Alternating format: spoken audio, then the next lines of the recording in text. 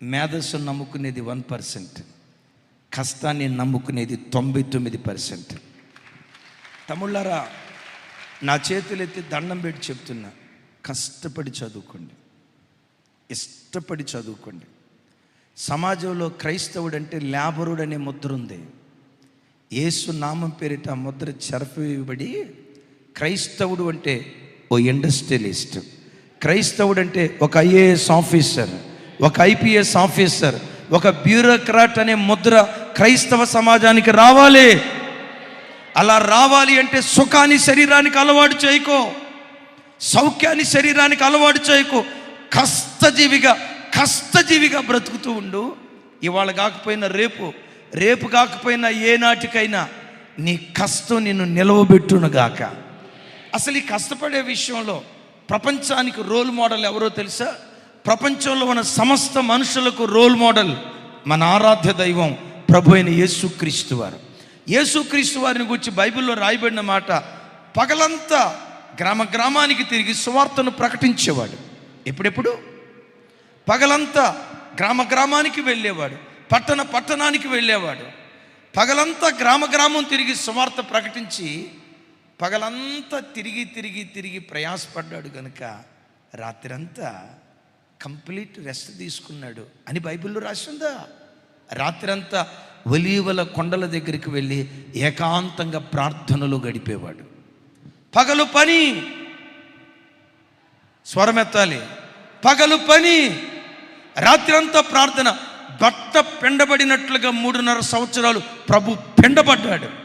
ఆ 3.5 సంవత్సరాల్లోనే ఇజ్రాయేలు దేశం అంతటిని తలకిందులు చేశాడు ప్రభు.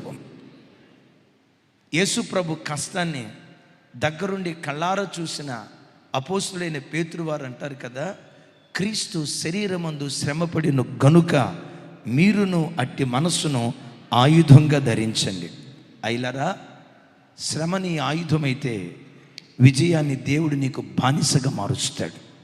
శ్రమ నీ ఆయుధమైతే తిండిపోతానం, నిద్రపోతానం, సుఖ సౌఖ్యాలు, సమయాన్ని వృధా చేసే ఇలాంటి అనుభవాలకు నువ్వు దూరంగా ఉండి నీ శ్రమను పెట్టుబడిగా పెట్టు.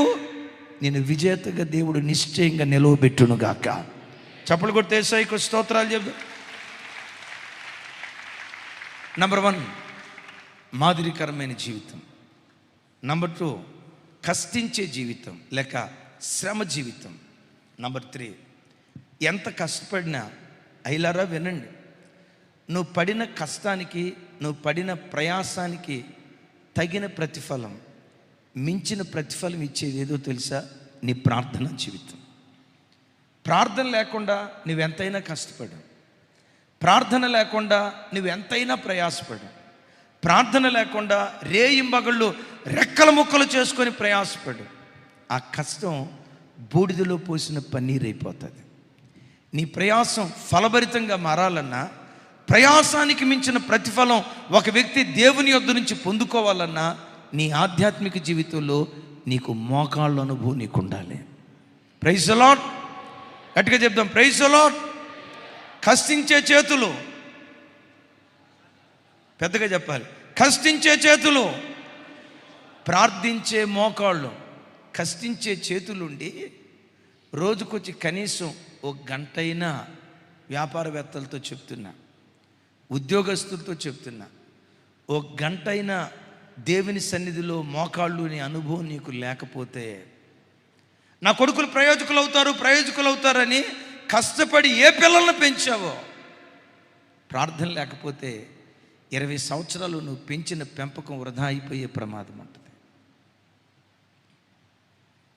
వీళ్ళు ప్రయోజకులు అవుతారు, మంచి స్థితిమంతులు అవుతారు, నా శ్రమ కొట్టివేయబడుతుందని ఏ కూతురు మీద ఆశలు పెట్టుకొని పెంచావో, ప్రార్థన లేకుండా నువ్వు పెంచితే, మోకాళ్ళ అనుభవం లేకుండా నువ్వు పెంచితే, నీ కష్టం, నీ ప్రయాసం బూడిదలో పోసిన పన్నీరై వృధా వ్యర్థమైపోద్ది.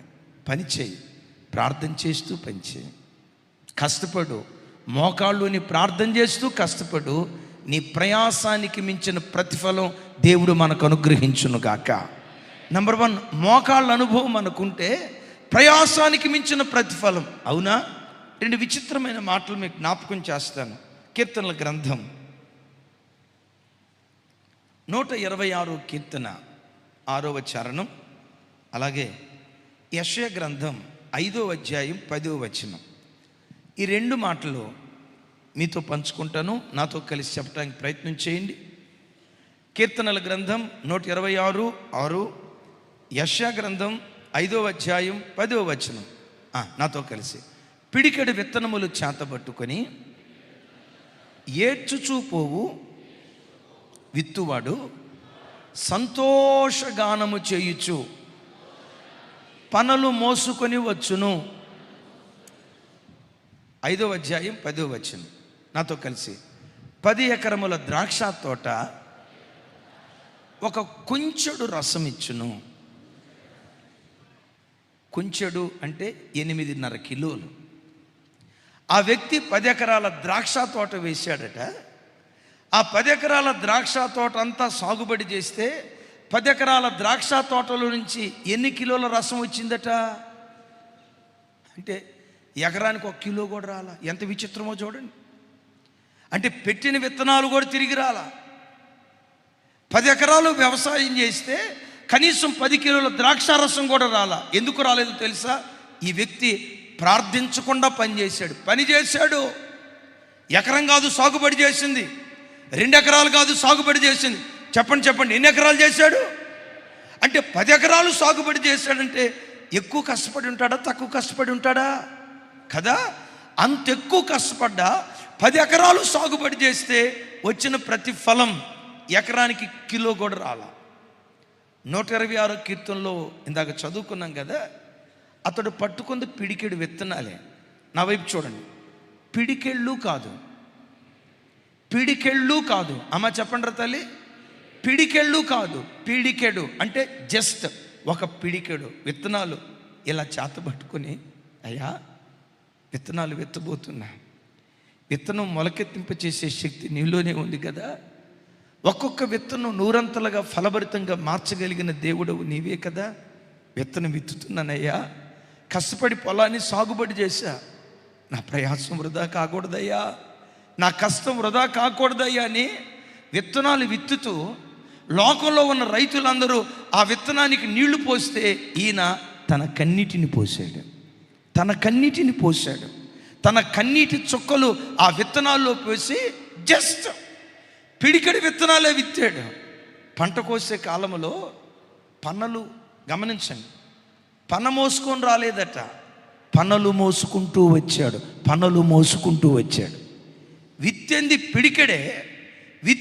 పిడికెడే, కోసేటప్పుడు మాత్రం పనలు మోసుకుంటూ ఆ పంట పొలంలో నుంచి వస్తున్నాడు. అయ్యలారా, నీ ప్రయాసానికి మించిన ప్రతిఫలం నిశ్చయంగా దేవుడు అనుగ్రహించునుగాక. పిడికెడు విత్తనాలు విత్తితే పన మోసుకొని రావాలి, పన కాదట, పనలు మోసుకుంటూ వచ్చాడు. ఎందుకో తెలుసా? విత్తే ప్రతి విత్తనంలో కన్నీటి చుక్క. పిల్లల్ని స్కూల్కి పంపించేటప్పుడు సోమవారం నుంచి స్కూల్ స్టార్ట్ అవుతున్నాయి కదా, ప్రతిరోజు వాళ్ళ తలల మీద చేతులు పెట్టి, నా కష్టం వృధా కాకూడదయ్యా, నాకంటూ ఒక ఆశ ఉందంటే ఈ పిల్లలే కదా, నీ కన్నులు ఎదుట నీ పిల్లల్ని ఆశీర్వదిస్తాను అని వాగ్దానం చేసావు కదా. నేను బ్రతుకున్న దినాల్లోనే, నేను వృద్ధాప్యానికి వెళ్ళక మునిపే నా పిల్లల ఆశీర్వాదాన్ని నా కన్నులారా చూడాలి. యవన కాలమందు పుట్టిన కుమారులు బలవంతుని చేతిలో బాణం వంటి వాళ్ళు, తన అంబుల పొదిని వాటితో నింపుకున్న వాడు ధన్యుడు అని సెలవిచ్చావు కదా.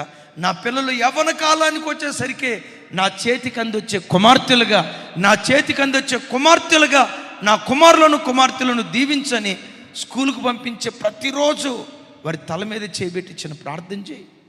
నా కూతురు మీద ఏ దుష్టుడి కన్ను పడకూడదయ్యా, ఏ దుష్టుడు నా కుమారుని తప్పుడు మార్గంలోకి తీసుకొని వెళ్ళకూడదయ్యా అని వాళ్ళ కొరకు స్కూల్కి పంపించే ప్రతిరోజు ఒక చిన్న ప్రార్థన చేయి. వాళ్ళు చదివింది గవర్నమెంట్ స్కూల్లోనైనా, వారు చదివింది చిన్న చోటా మోటా స్కూల్లోనైనా, కార్పొరేట్ స్కూల్లో చదివిన విద్యార్థులు సాధించలేని విజయాలు నీ ప్రార్థన మూలంగా నీ పిల్లలు సాధించేటట్లుగా దేవుడు కార్యం చేస్తాడు. నీ పిల్లలు విజేతలు అయ్యేటట్లుగా దేవుడు కార్యం చేస్తాడు. నీ ప్రయాసానికి తగిన ప్రార్థన. ఆ దైవజనుడు చాలా కష్టపడి సేవ చేస్తున్నాడు. ఎన్నో సంవత్సరాలు బట్టి కష్టపడి సేవ చేసిన ఆత్మల పంట చూడలేకపోతున్నాడు. నా ప్రాంతంలో సేవకు పంపించిన నాయకుడికి 10 పేజీల ఉత్తరం రాశాడట. ప్రారంభం నుంచి ఆ 10 పేజీల ఉత్తరం ముగించే వరకు ప్రతి అక్షరానికి తన కన్నీటి చుక్కను చేర్చి, నేను ఇక్కడ సేవ చేయలేకపోతున్నానయ్యా, ఇంత కష్టపడిన ఆత్మల పంట నేను చూడలేకపోతున్నానయ్యా, ఈ 10 మంది సంపాదించగలిగే కానీ ఆ 10 మందిలో 10 మంది 10 రాజకీయాలు, వీళ్ళతో వేగలేకపోతున్నానయ్యా, విశ్వాసులు నన్ను అర్థం చేసుకోవట్లేదయ్యా, నన్ను ఇక్కడి నుంచి వేరే ప్రాంతానికి ట్రాన్స్ఫర్ చేయండి అయ్యా అని తన బాధంతా వ్యక్తపరుస్తూ the great William Booth Salvation Army వ్యవస్థాపకులకు తన దగ్గర పనిచేసే ఒక సేవకుడు 10 పేజీల ఉత్తరం రాశాడు. ఆ 10 పేజీల ఉత్తరం అంతా చదివి ఆయన రిప్లై రాశాడట. తనను వాదార్చడానికి ఈయన కూడా 10 పేజీలు రాయలా, జస్ట్ 3 అక్షరాలు: try with tears, try with tears, try with tears, again try with tears. 3 అక్షరాలు రాసి పంపించాడట. నేను నా బాధ అంతా 10 పేజీలు రాస్తే ఈయన కట్టె కొట్టే తెచ్చి అన్నట్టుగా కనీసం 1 పేజీ అన్న రాయొచ్చుగా. 1 పేజీ రాయకపోగా ట్రై విత్ టీయర్స్. నాయకుడు చెప్పాడంటే మొత్తానికి దీనిలో ఏదో అర్థం ఉంది అని ఆలోచించి ఆ రోజు నుంచి కన్నీళ్లు విడుస్తూ సేవ చేయటం ప్రారంభించాడట. కన్నీళ్లు విడుస్తూ దేవుని వాక్యం చెప్పటం ప్రారంభించాడట. కన్నీళ్లు విడుస్తూ దేవుని సన్నిధిలో మొరపెట్టడం ప్రారంభించాడట. ఎక్కడ సేవ చేయలేని అనుకున్నాడో అక్కడే వందల వేల కొలది ప్రజలకు ఈ దైవజనుడు ఆత్మీయ తండ్రిగా మార్చబడ్డాడట. అయ్యా, ఎలా నువ్వు మార్చబడ్డావు? నా నాయకుడు చెప్పాడు, ట్రై విత్ టీయర్స్. పిల్లలను పెంచు, కన్నీళ్లతో పెంచు. వ్యాపారం చేయి, కన్నీళ్లతో వ్యాపారం చేయి. ప్రసవ వేదనతో నీ వ్యవస్థను కట్టుకోగలిగితే పనిచేసే చేతులు, ప్రార్థించే మోకాళ్ళు, ఇవే నీ విజయ సాధనాలు అన్న సంగతి మర్చిపోకు. రెండవది, ఎందుకు క్రైస్తవ జీవితానికి మోకాళ్ళ అనుభవం ఉండాలి? చూడండి ఒక మాట, అపోస్తుల కార్యం 9వ అధ్యాయం 40వ వచనం. 9వ అధ్యాయం 40వ వచనం నాతో కలిసి చెప్పండి. పేతురు అందరినీ వెలుపలికి పంపి మోకాళ్ళుని ప్రార్థన చేసి శవం వైపు తిరిగి, తబితా లెమ్మనగా ఆమె కన్నులు తెరిచి పేతురును చూచి లేచి కూర్చుండెను. దొర్క అనే ఒక యవ్వనమ్మాయి చనిపోయింది. ఆ చనిపోయిన అమ్మాయిని బ్రతికించడానికి పేతురు వారు చేసింది ఏంటో తెలుసా? మోకాళ్ళుని ప్రార్థించాడు. మోకాళ్ళ ప్రార్థన మరణాన్ని జీవంగా మార్చింది. మరణాన్ని జీవంగా మార్చగలిగిన శక్తి మోకాళ్ళ ప్రార్థనలో ఉంది. అయ్యలారా, మరణము అంటే శరీర సంబంధమైన మరణమే కాదు. అంటాడు కదా పౌలు గారు, పాపముల చేత అపరాధముల చేత మీరు చచ్చిన వాళ్ళై ఉండగా. విన్నారా ఈ మాట? పాపం దేవుని వాక్యం మరణంతో పోలుస్తుంది. ఒకవేళ నీ ఇంట్లో పాపం చేస్తున్న యవ్వన బిడ్డలు ఉన్నారా? తాగుబోతుగా బ్రతుకుతున్న భర్త ఉన్నాడా? పేరుకు బ్రతుకున్నాడనే పేరుకే కానీ కుటుంబాన్ని పట్టించుకోకుండా అపరాధములో చచ్చిన వ్యక్తిగా ఒకవేళ నీ భర్త, ఒకవేళ నీ పిల్లలు, నీ ఇంట్లో ఎవరైనా బ్రతుకుతున్నారా? నీకు తెలుసా, నీ మోకాళ్ళ ప్రార్థన ఆ చచ్చిన వ్యక్తులను బ్రతికించగలుగుతుంది. చచ్చిన వ్యక్తులకు జీవాన్ని పోయగలిగిన శక్తి నీ మోకాళ్ళ ప్రార్థనలో దాగుంది. దేవా, నా భర్త లోకం వైపు వెళ్ళాడు, ఆ త్రాగుడి వ్యసనం నుంచి నా భర్తను నీ వైపు త్రిప్పయ్యాని మోకాళ్ళుని ప్రార్థన చేయి. ఏదో ఒక రోజు నీ ప్రార్థన నీ భర్తను, నీ పిల్లలను దర్శించి వాళ్ళు ప్రభు తట్టు తిరగటానికి దేవుడు కృప చూపించును గాక. క్రైస్తవ ప్రపంచ చరిత్రలో మోనికా అనే ఓ మంచి భక్తి కలిగిన తల్లి ఉంది. ఆ తల్లిని ప్రార్థనకు మారుపేరుగా చెప్తారు. తనకు పుట్టిన కొడుకును చిన్నతనం నుంచి వీడు భక్తిపరుడు కావాలి, సేవకుడు కావాలి, ప్రపంచాన్ని తలకిందులు చేసే యాజకుడు కావాలి. ఏడుస్తూ ప్రార్థన చేసేదట. ఎప్పుడు? పుట్టినప్పటి నుంచి. కానీ ఏం జరిగిందో తెలుసా? తల్లి అంత గొప్పగా ఏడ్చిందో ఆ కొడుకు అంత గొప్పగా చెడిపోయాడట. త్రాగుబోతు, క్లబ్బులకు వెళ్ళేవాడు, వేశ్యలతో తిరిగేవాడు. ఇంకా దిగజారి ఆ కొడుకు ఏం చేసేవాడో తెలుసా? తల్లి ఇక్కడ మోకాళ్ళుని ప్రార్థన చేస్తూ ఉంటే ఆ ప్రక్క గదిలోనే వేశ్యలతో విపరీతమైన కార్యక్రమాలు చేసేవాడట. ఆ తల్లి మోకాళ్ళుని, అయ్యా ఇలాంటి కొడుకుని కాదు కదా నేను మిమ్మల్ని అడిగింది, నా కొడుకుని ఎలా చూడాలని కాదు కదా మీ సన్నిధిలో నేను ప్రార్థన చేసింది, నా కొడుకుని ఏ విధం చేతనైనా మార్చయ్యని ఆ తల్లి ఏడ్చి కళ్ళు కాయలు కాసేయట. మోకాళ్ళ మీద నిమ్మకాయంత కాయలు కాసాయట. అయ్యా నేను కలలుగన్న కొడుకేంటి, వాడు బ్రతుకుతున్న విధానం ఏంటి, నా కొడుకును మార్చాయని రోజు దేవుని దగ్గర ఏడుస్తూ ఉండేదట. ఒకనొక దినం క్లబ్కు వెళ్ళి నర్తకీలతో నాట్యం ఆడి ఆ స్థలంలో పాపపు కార్యక్రమాలు చేయాలని ఇంట్లో నుంచి బయలుదేరి వెళ్తున్నాడు. తల్లి ఏడుస్తుంది. ఇంట్లో నుంచి బయలుదేరి వెళ్తూ ఉంటే మార్గ మధ్యకి వెళ్ళిన తర్వాత, నా కుమారుడా, రోమీలకు రాసిన పత్రిక 13:13 చదువు. నా కుమారుడా, రోమీలకు రాసిన పత్రిక 13:13 చదువని చెవుల్లో ఎవరో తనతో చెప్తున్నట్లుగా ఆ మాటలు వినబడుతున్నాయి. క్లబ్కు వెళ్ళాల్సిన వ్యక్తి తిరిగి ఇంటికి వచ్చాడు. రోమపత్రిక 13:13 ఏముంది? బైబిల్ చదివాడు. బైబిల్ తెరిచి చదివిన వెను వెంటనే ఆ బైబిల్ వాక్యం చదివి పూర్తి చేసే లోపే యేసుక్రీస్తును స్వరక్షకుడిగా అంగీకరించి ఆ తర్వాత బాప్తిస్మం తీసుకుని ప్రభు కొరకు బ్రతుకుతూ గొప్ప దైవజనుడిగా మార్చబడ్డాడు. ఆయన పేరే సెయింట్ అగస్టీన్. ఒకరోజు ఆయన అడిగారు, నువ్వు జార కార్యక్రమాలు చేసేవాడివి కదయ్యా, త్రాగుబోతువు కదయ్యా, క్లబ్బుల వైపు పబ్బుల వైపు వెళ్ళేవాడివి కదా, ఇంత నీచ స్థితికి దిగజారిన నీవు ఎలా మార్చబడ్డావు? ఏడుస్తూ అంటాడు, నా వైపు చూడండి, నా తల్లి కన్నీటి ప్రార్థన ప్రవాహంలో దేవుని సింహాసనం యొద్దకు కొట్టుకుని వచ్చాను నేను. నా తల్లి కన్నీటి ప్రార్థన ప్రవాహంలో చచ్చిన కొడుకు నా తల్లి బ్రతికించుకుంది. అమ్మా, నీ పిల్లలు ఆధ్యాత్మికంగా చచ్చిన స్థితిలో ఉన్నారా? మోకాళ్ళు. ఈరోజు కాకపోతే రేపు కాకపోతే ఏనాడైనా చచ్చిన నీ పిల్లలను దేవుడు బ్రతికిస్తాడు. పాపంలో అపరాధంలో చచ్చిపోయిన నీ ఇంటి వారిని నీ ప్రార్థన ద్వారా నిశ్చయంగా దేవుడు బ్రతికించునుగాక. ఒక మాట చెప్తాను, ఇక నేను ముగింపుకు వచ్చాను.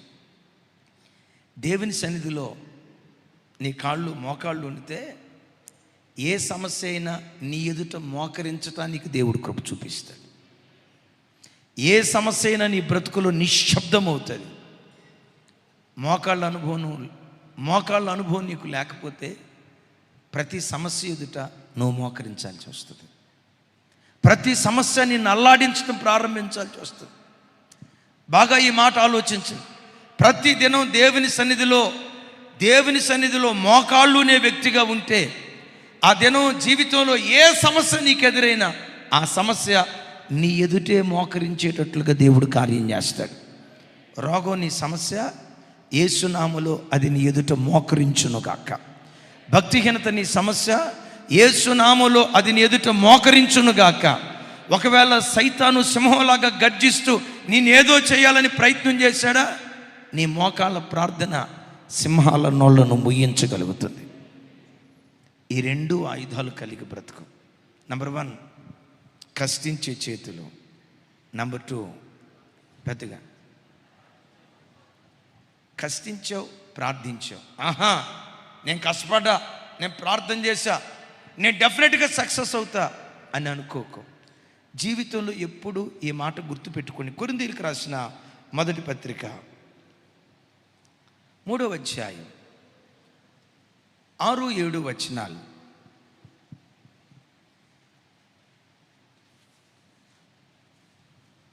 ముగిస్తున్నాను. నేను నాటి తిని, అపోల్లో నీళ్లు పోసెను, వృద్ధి కలుగు చేయువాడు దేవుడే. కాబట్టి వృద్ధి కలుగు చేయు దేవునిలోనే కానీ నాటువానిలోనైనను నీళ్లు పోయువానిలోనైనను ఏమీ లేదు. చప్పట్లు కొడుతూ దేవునికి స్తోత్రాలు. నా వైపు చూడండి. నేను నాటే, అపోల్లో నీళ్లు పోసాడు. నేను నాటాను కాబట్టి వృద్ధి చెందా అని నేను అనలేను. అపోల్లో నీళ్లు పోసాడు కాబట్టి మేము అభివృద్ధి చెందాం అని అనలేను. నేను నాటిన, అపోల్లో నీళ్లు పోసిన, వృద్ధి కలుగు చేయువాడు మాత్రం దేవుడే. విన్నారా? వృద్ధి కలుగు చేయువాడు మాత్రం దేవుడే. నాటువానిలో ఏమీ లేదు, నీళ్లు పోయేవానిలో ఏమీ లేదు. అలాగని నాటడం ఆపుదామా? అలాగని నీళ్లు పోయటం ఆపుదామా? కష్టపడటం ఆపుదామా? కన్నీళ్ళు విడవటం ఆపుదామా? మనం ఇవి చేస్తూ, ఇవి ఎంత చేసినా, రోమపత్రికలో అంటాడు, ప్రయాసపడు వాని వలనైనా పొందగోరు వాని వలనైనా కాదు కానీ కనికరించు దేవుని వలనే ఒకడు విజేతగా నిలవబడతాడు. ఎంత కష్టపడినా, ఎంత ప్రార్థన చేసినా, బాబు నువ్వు నిలవబెడితేనే నేను నిలవబెడతానయ్యా, నువ్వు రక్షిస్తేనే నేను రక్షించబడతానయ్యా, నీవు ఆశీర్వదిస్తేనే నేను ఆశీర్వదించబడతానయ్యా అని దేవుని మీద మనం ఆధారపడి బ్రతుకుతూ ఉంటే, నాటు నీళ్లు పోయి వృద్ధి మాత్రం ఎవరి చేతిలో ఉంది? వృద్ధి మాత్రం పెద్దగా చెప్పాలి, వృద్ధి మాత్రం దేవుని చేతిలో ఉంది. కష్టపడి పని చేశారు, మోకరించి ప్రార్థిస్తున్నారు, మీరు కట్టలేరు అన్నారు.